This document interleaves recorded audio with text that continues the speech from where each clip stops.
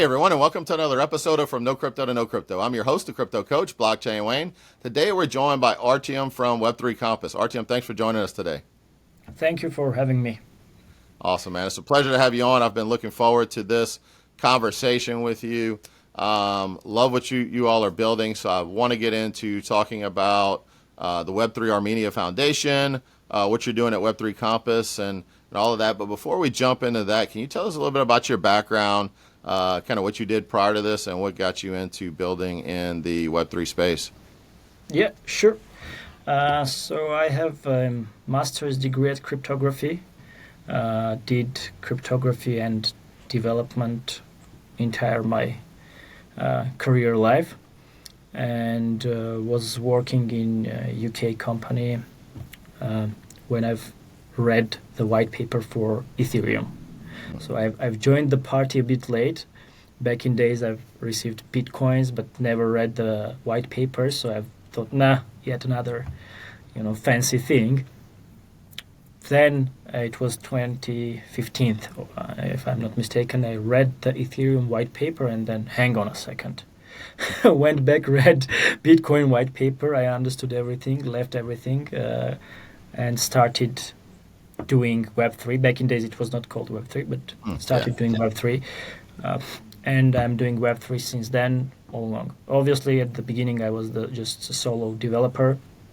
Like, there were no docs, no info, no nothing. Learning was very hard.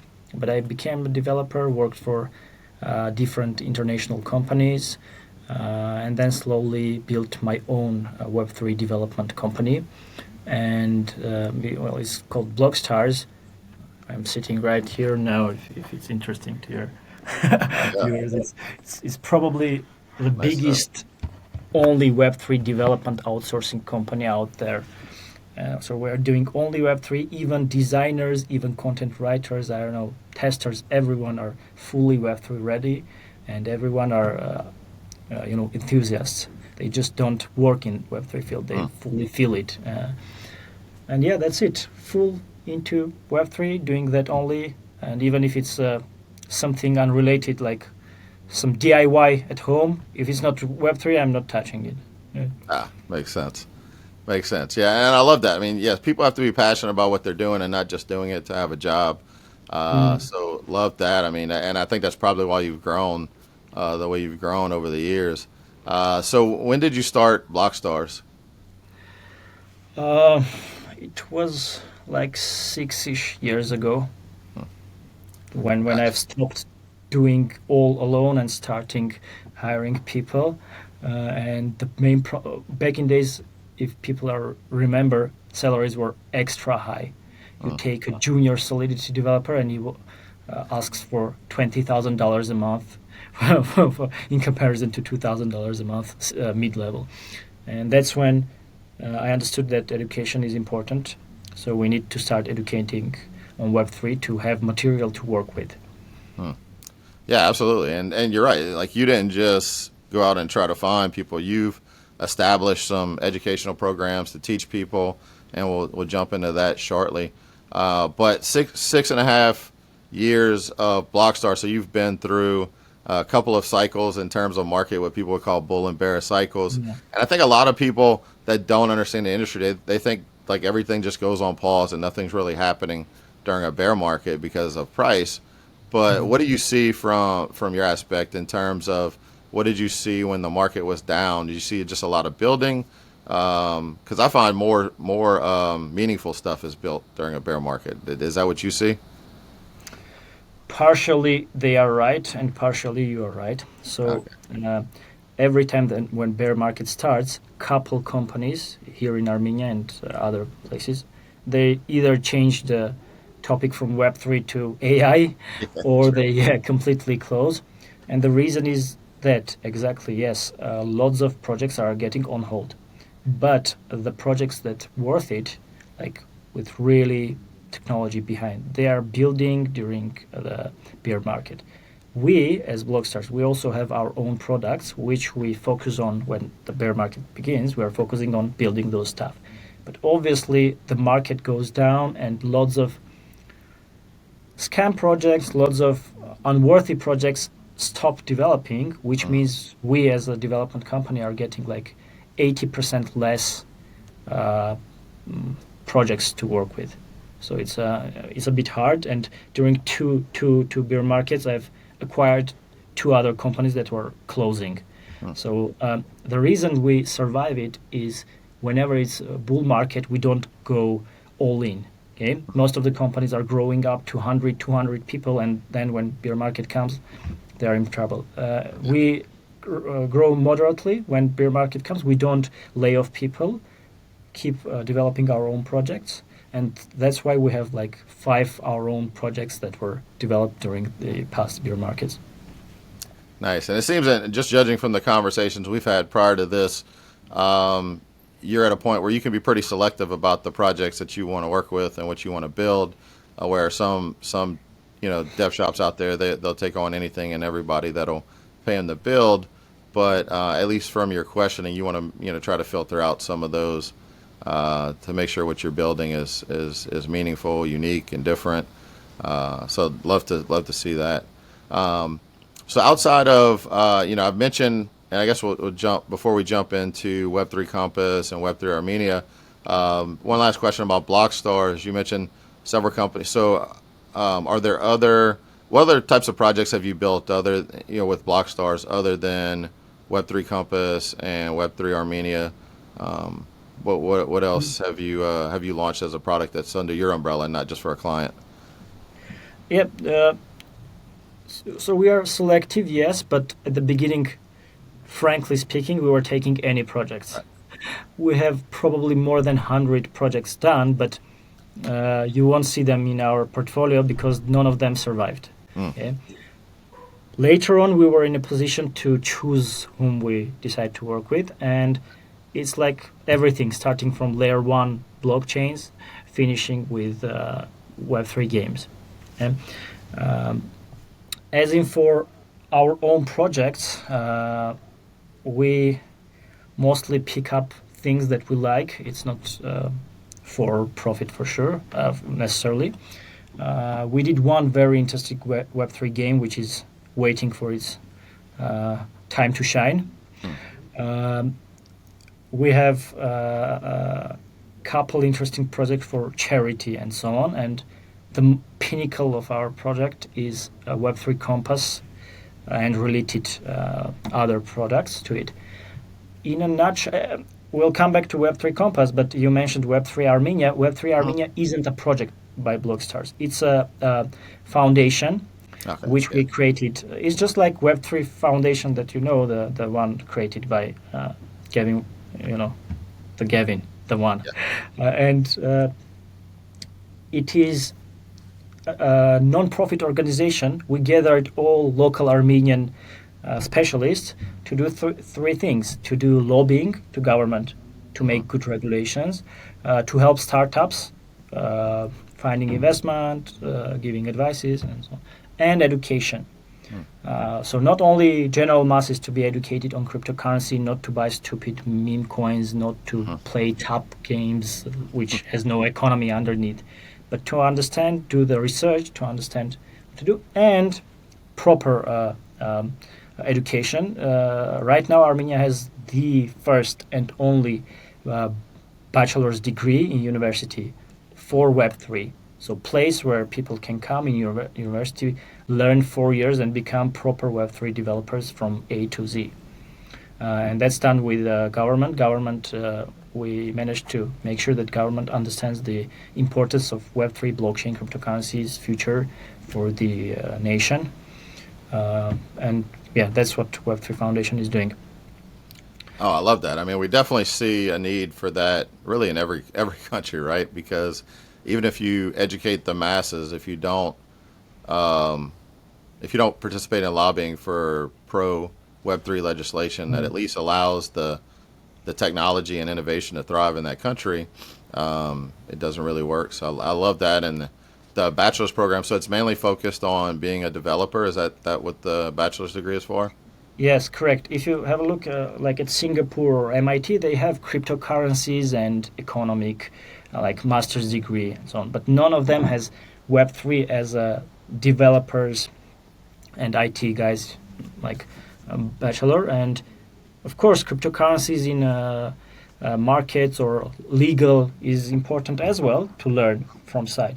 But having fully Web3 ready developers who know the ethos, who are doing only that, cryptography and fairness and everything sitting in them since the university is important. In 4 years, we'll have the first students. We'll see. Previously, we did some short courses as well, which ended up with some good results. People being hired in like 1inch and other places. So it was successful. Hopefully, by the time these like 100 students graduate, there will be a bullish market and people will find positions. Yeah, absolutely. One thing I tell people about Web3 industry, and maybe this will apply to all those developers that you're helping to grow and build in their career, is I compare it to 25 years ago when we would call companies internet companies. Oh, that's an internet company because they're online, right? And today we call companies Web3 companies. But there's going to be a point where every company is going to have some sort of, or most companies going to have some sort of Web3 element to their company. They're not going to be called Web3 companies, just companies that leverage Web3 technology. So a lot of existing companies that, as adoption of Web3 technologies happen, they're going to have divisions where they're going to need people as well that are well versed in Web3. And we're going to get to a point in the future where we're not going to call them Web3 companies. They're just companies. Every company leverages Web3. It's just part of it. Just like we don't call any company an internet company today, unless they provide the infrastructure, like the actual service of ISP, internet service provider. Then we don't call them internet companies anymore. Absolutely agreed here. Yeah, absolutely. All right, so great stuff there. What are you seeing? One last question on Web3 Armenia. What are you seeing on the education side, like educating the masses? You guys are doing workshops and things. How are you educating the masses outside of just what's happening in the college about Web3? We have Telegram groups. We are doing podcasts, videos, and YouTube, Facebook, everywhere wherever we can spend budget with targeting people to watch them, to get educated. We are doing that. And yes, workshops, lots. It's not just us. It's like in Web3 Armenia, we have really big names, international, like Firo blockchain creator, one of the Firo blockchain creators, like Layer Swap, one of the top bridging protocol. And they all are coming together. And when there are celebrities reading some lectures where everyone is open to participate, people are coming to listen, to understand. That's in a nutshell. Nice. Love to see that. The biggest thing I think is that I find is like kind of challenging for some people is building that community, and it sounds like you're doing a lot of engagement activities to build that community. So I love to see that.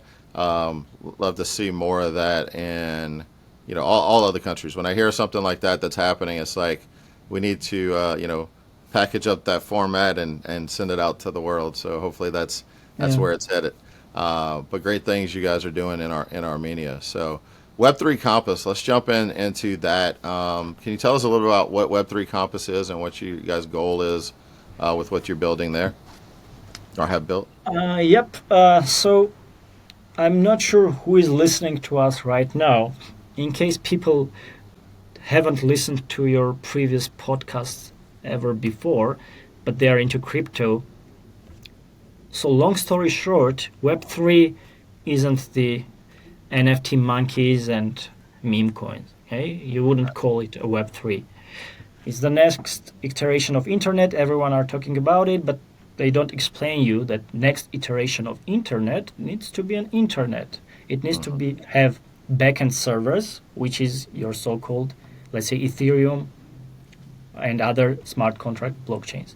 It needs to have payment systems like Bitcoin, again, Ethereum transactions. It needs to have front-end decentralized, which is IPFS protocol or Sky with Filecoin underneath. So your front end isn't sitting on AWS server, but it's sitting on decentralized protocol.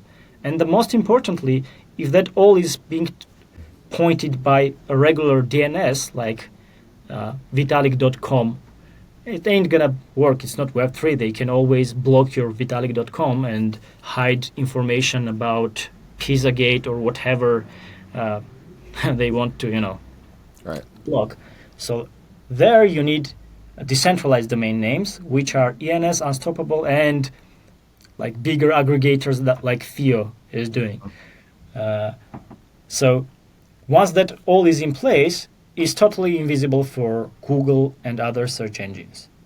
Why building Web3 if no one can use it, find it? Why someone should build a web page on Web3 if no one can find it?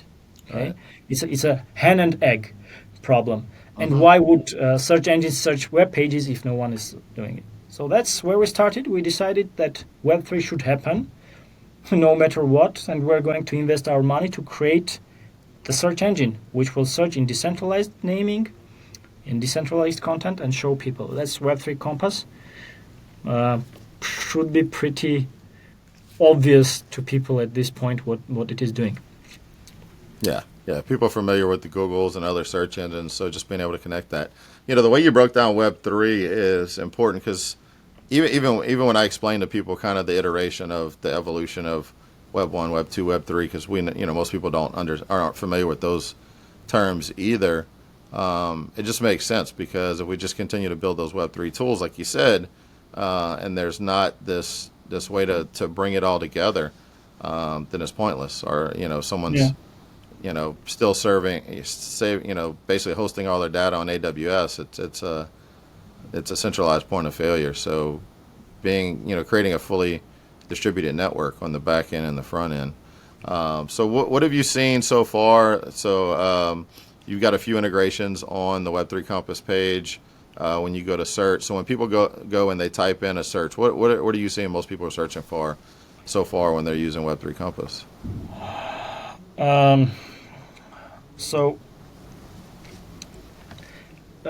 Okay. Yeah. You know what the answer is going to be, right? Yeah. Before that, Yeah. we have integrated ENS, Unstoppable, the Tommy network, and pending right now is TON, Telegram Open Network, and probably Theo. We'll see, right? What that means is if you have decentralized DNSs, ENS is on Ethereum network, we pick those up. On Unstoppable, we pick those up, go to decentralized blockchain everywhere. It's like darknet or torrent network. Gather all information our side, store them, and then index them for you to be able to search the data inside them. Now, when we started it, like 2-3 years ago, there were only about 60,000 pages there. Enthusiasts are doing it, and people who think no one will ever search and find them are doing it. Okay, because you can't search it for Google, they are giving it to the links that is accessible only to their partners and so on. So therefore, it's half is probably illegal content or something they are trying to hide. We haven't found any. Let's say, for us, top illegal thing is child pornography. We haven't found any at this stage. But most people first thing they search is child pornography. I think not for finding it, but to figure out whether this new darknet thing has it or not. Right, Yeah. right. So they probably top searches. There is a lot of pornography, okay, but no child pornography. So that's first thing they are searching. Later on, more things like Vitalik. Vitalik has his blog on .eth, and he's writing things there. And people are keen to see it. Top results will include the Tornado Cache. Tornado Cache, they removed it from internet Yeah. too, but it's totally removable from Web3. And when you are searching for Tornado Cache, it brings you tornado.eth. You can enter it. Voila, it's there. You can always use it. So that's probably top 3 searches. Yes, and when we started, it was like 60,000 pages, which is not a lot. Nowadays, there is 500,000 pages. Again, not a lot. But It's growing. It's It growing. just means we are too early. We're too early, and I guess more and more companies with the content will come there, and more people will have reasons to search for things there. Yeah, absolutely. And I definitely think, I mean, any technology when it first comes out, people, the first people to flock to it are usually people that are looking up, are people that are, kind of maybe tied to some illegal activities. That's not just in Web3, that's in tech in general, right? People try to stay on the cutting edge, but then you start to bring more and more mainstream adoption. I think that's where you are right now, right? We're still super early, even at 500,000 pages, because it's been that as you mentioned, I think you mentioned earlier, right? The hen or the egg problem, right? People were reserving Web3 domains, and not many people have been building on them because there was really no way to look them up. And so as you create the search engine that's going to support those things, it's going to lead to a lot more tools and everything. You kind of mentioned how you work already with Tomy, Unstoppable, ENS. You and I have talked, with our team and your team about utilizing FIO as well to do some resolutions. We currently don't resolve to website addresses, but we have like websites, but we have that capability that can be built out. And we do resolve to, like, if people want to link to their social medias, to wallet addresses. But one of them I had a question about when I looked at it earlier was CoinStats. I see CoinStats is linked on there. How does Web3 Compass work with CoinStats? So out of all those links you've seen, CoinStats is the only one that is not totally decentralized. Okay, you can see their decentralized bridging, you can see decentralized browser. It's not totally decentralized, and the answer to your question is simply because the creator is one of our Web3 Foundation Armenia's owner members, so we added them there for people to use them for checking the coin prices. Gotcha. And that was kind of where I was going with that question, because I know that, but I actually loved CoinStats. We work with them, but I've actually used CoinStats for many years for their, just market data, but also their portfolio tracker. And they recently integrated our protocol into their portfolio tracker, to where if you type in a field handle, it resolves and pulls it all in. So I love CoinStats, but that's when I was looking at the list, like what's there already. I was like, that one's different. So I wanted to find out why. But yeah, absolutely love their product. If you're listening as well, definitely check out CoinStats. It's a great way to track the market, keep track of news, track your portfolio, because you can link wallet addresses to it and be able to see your balances and kind of what's going up or down. So great stuff. What do you see next in terms of evolution of, or how do you see this technology growing at Web3 Compass? Like, are there any certain focuses you have as far as what's next on the roadmap for Web3 Compass to grow more user adoption? Yeah, so one direction which we constantly are doing, no matter what, integrating more decentralized naming services. And aggregator like FIO is very handy for that, because you integrate 10 of them and then we integrate only you, and it's frankly speaking, it's needed thing, because nowadays when you have tens of hundreds of different DDNSs, it's easier for people to go to one FIO, from there manage their everything rather than go everywhere. So we are slowly integrating everyone. That's one direction. Second direction is we are integrating better searches, because right now nobody cares about SEO. Back in days when Google introduced how you need to do SEO rules and so on, we are thinking other way around. Instead of enforcing SEO rules, integrating AI search logic, which will do the search better, no matter how your logical searches. That's the other. And the third and most important thing that we are working on is caching entire Web3. So let me explain.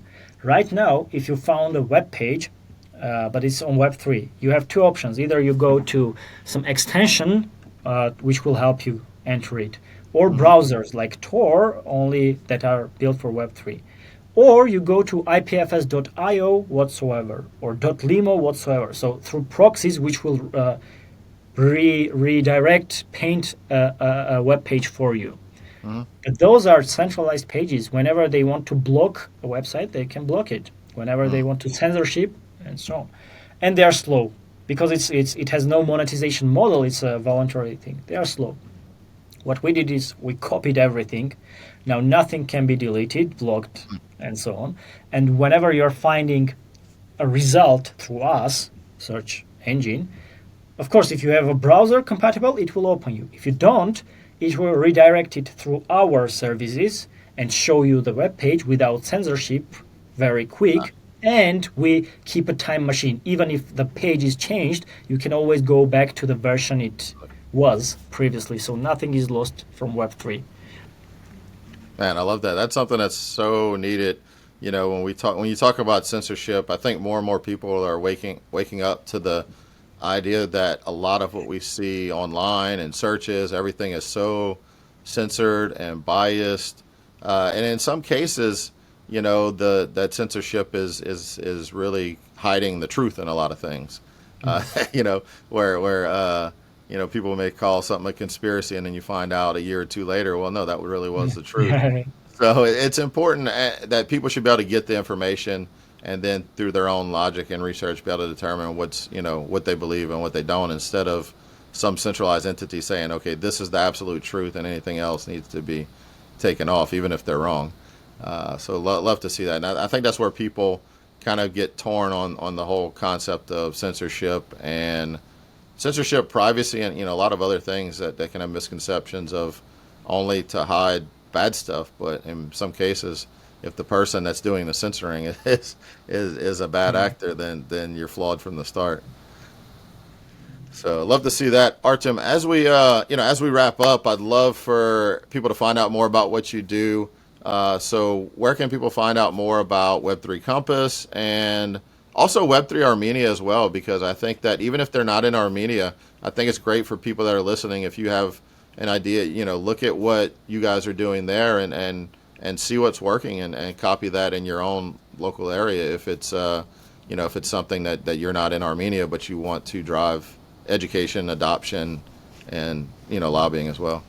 Correct. And on that note, actually, we are flying to Europe next month. One of the universities called us to share our experience with them, how we opened the Web3 bachelor's degree. So we are open to help anyone with everything. We want Web3 to happen. So if you go to web3.am, simple as that, it's our foundation's webpage. You can find our links, LinkedIn, Telegram, everything. Whenever, whatever answer you need to will be answered. Web3.am. Don't ask how I got that domain. Okay. Good one. Yeah. Right? I said it's a good one. Short, simple, easy to remember. Yeah. As for Web3 Compass, it's web3compass.net. You can use it, find some interesting things. I found lots of interesting things there, like Masonic hidden pages for their local people, Gal Gadot's nudes, and so on. So give it a try. Absolutely. Definitely check it out, guys. Try out the search, play around with it. And Artyom, I guess in both of those websites we just mentioned, they'll be able to, from there, link to your socials and follow, connect with the community, see what's going on. Absolutely. So definitely, Artyom, thanks for joining us today. It's been a pleasure having you on. Any final thoughts before we wrap up? Thanks for having me. Get educated, study Bitcoin. Absolutely. All right, Artyom. Thanks again for joining us today. Thanks, everyone, for listening, and we will catch you on the next episode. Take care, everybody.